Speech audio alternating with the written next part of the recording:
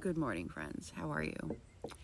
We are back on the eastern shore of Maryland. You can probably hear my father-in-law's dogs, but we are here. Gorgeous. Anyway, tomorrow, the day that I'm filming, tomorrow, June 14th, we have the Gemini new moon, okay? And I wanted to sit for a minute and we could just talk and do a little bit of shadow work. I know it's a new moon, but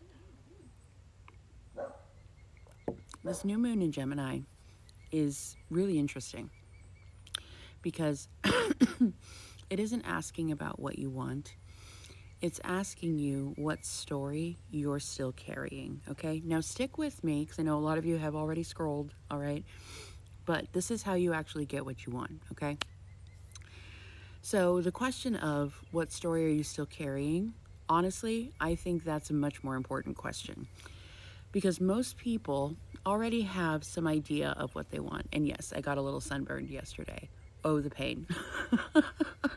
Anyway, most of us know what we want, right? Most people want love. They want more money. They want peace, right? They want confidence. They want a different life. The problem when it comes to manifesting usually isn't the desire, right? The problem or the block between you and the life you want to live is the story that lives underneath the desire. You can say that you want love, but if the story that you're carrying is nobody stays with me, your nervous system will believe the story before it believes the affirmation. You can say that you want abundance, but if the story is money has always been hard for me, people like me don't get ahead, right? Women aren't supposed to have that much money, or we have to fight for fair wages, right? Then every opportunity gets filtered through that lens. And here's the thing that most people don't realize. The stories running your life rarely sound like stories. They sound like facts. Like, I'm bad with money. People always leave. I'm too much. I'm not enough. Success isn't realistic. Or love is hard. Those aren't facts. They're stories, okay? And stories often born from real experiences, but they're stories nonetheless, because there's a difference between what happened and what you decided that it meant. Maybe somebody left. That happened. But I'm unlovable is the story. Maybe you struggled financially. That happened. But money will always be hard is the story. The event is real. The meaning is the story. And shadow work is learning to separate those two things.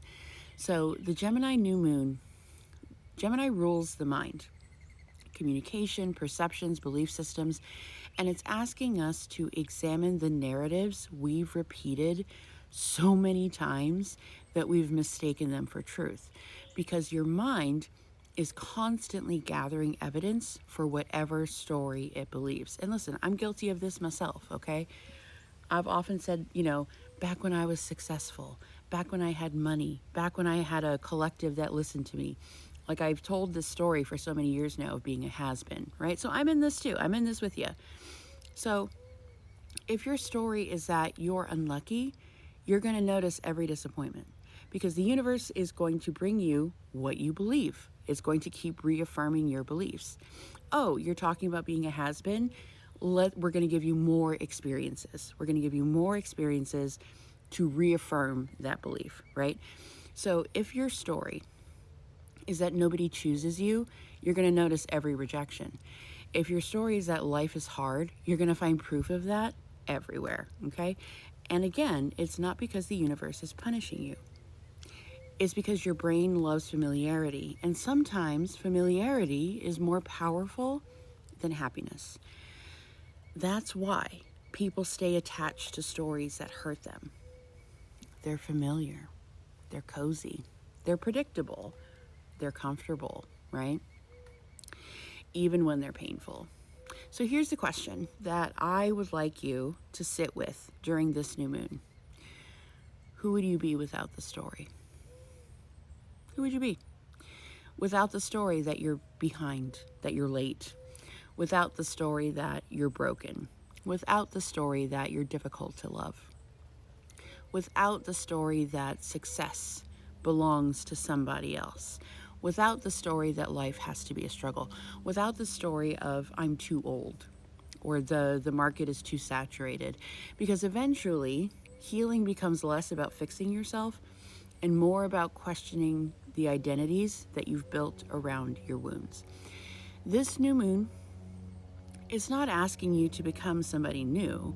It's asking you to stop carrying stories that no longer belong to who you are becoming in the future.